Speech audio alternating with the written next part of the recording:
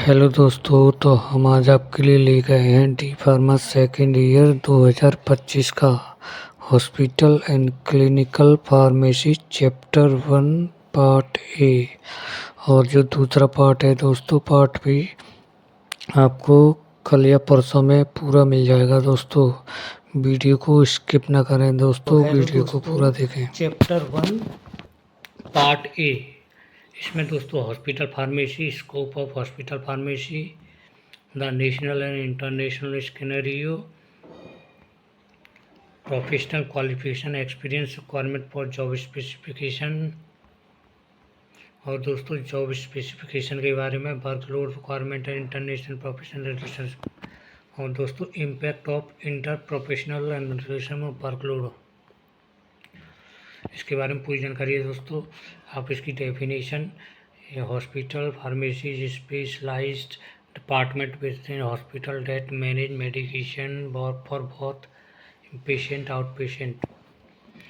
दोस्तों हॉस्पिटल में जो डिपार्टमेंट होते हैं उसमें को मैनेज करना, और पेशेंट और आउट पेशेंट जो जितने पेशेंट आते हैं उसके बारे में, और responsible for procurement and storage, compound dispensing, distribution of drug को कैसे देते हैं, as well as providing medication information, medication के बारे में इंफॉर्मेशन, और क्लिनिकल सर्विस, इन सब के बारे में जानकारी मिलती है दोस्तों यहाँ। और दूसरा जो पॉइंट है दोस्तों, स्कोप ऑफ हॉस्पिटल फार्मेसी, इसमें दोस्तों फोकस करते हैं सेफ इफेक्टिव यूज मेडिकेशन का जो अच्छा यूज हो सके, और दोस्तों स्टोरेज और dispensing drug, clinical service like medication management, patient counselling, participation in multi dispensary health care team, hospital pharmacist play crucial role in optimizing patient. तो इसमें दोस्तों जो फार्मासिस्ट होते हैं उनका रोल होता है ensuring right medication dose, route, frequency are used, while also education patient and other healthcare professional on proper medication use। और दोस्तों दूसरा जो पॉइंट है ऑर्गेनाइजेशन स्ट्रक्चर, तो उसका जो स्ट्रक्चर होता है दोस्तों वो कैसा होना चाहिए। ऑर्गेनाइजेशन का स्ट्रक्चर दोस्तों इस प्रकार का होना चाहिए कि जहाँ पे फैकल्टी होती है वो अच्छी हो, पेशेंट को देख रेख करती हो, और executive manager, departmental administration, patient care, manage service providing, अच्छी सर्विस प्रोवाइडिंग हो।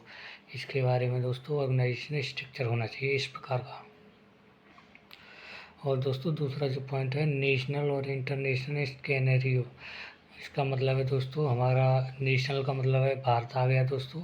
इसमें कैसी मतलब कैसी मेडिकेशन है और कैसी दवाई देते हैं दोस्तों उसके रिलेशन में है। इंटरनेशनल का मतलब होता है दोस्तों विदेशों में कैसी है उसके अनुसार अगर हम देखें मेडिकेशन के बारे में, और हॉस्पिटल कैसा होना चाहिए देख सकते हो दोस्तों आप। The national and international landscape of hospital pharmacy is diverse and with developed countries generally having well established clinically focused services, while developing national offer faces challenges in fully realize the potential hospital pharmacies। और दोस्तों जो आप देखो professional qualification and experience requirement, job specification, जो professional qualification कैसी होनी चाहिए, experience कैसा होना चाहिए, जॉब स्पेसिफिकेशन कैसा होना चाहिए दोस्तों। तो इसमें कॉम्बिनेशन है एजुकेशन लाइसेंस होना चाहिए, एक्सपीरियंस होना चाहिए दोस्तों अच्छा, और डॉक्टर फार्म डी फार्म की डिग्री है दोस्तों। इस प्रकार से ट्रेन एंड एक्सपीरियंस होना चाहिए दोस्तों ट्रीट करने का। Requirement based on roll of specification hospital clinical setting. Education qualification में दोस्तों डी फार्मा होना चाहिए, बैचलर बी फार्मा होना चाहिए, मास्टर फार्मेसी एम फार्म होना चाहिए, और लाइसेंस भी होना चाहिए दोस्तों, आप पहले ही बताया था। एक्सपीरियंस होना चाहिए, post graduation training, clinical experience, experience in specific area. और दोस्तों job specification dispense medication, ensure medication safety, providing clinical advising and managing pharmaceutical inventory। इसके बारे में पूरी जानकारी होनी चाहिए। Workload requirement and inter professional relationship कैसी होनी चाहिए, स्ट्रॉन्ग होनी चाहिए दोस्तों। Relationship characterize collaboration, respect, staff matters, resource utilization, poor interprofessional dynamic can create inefficiency, increase workload, stress and negative affect patient outcome।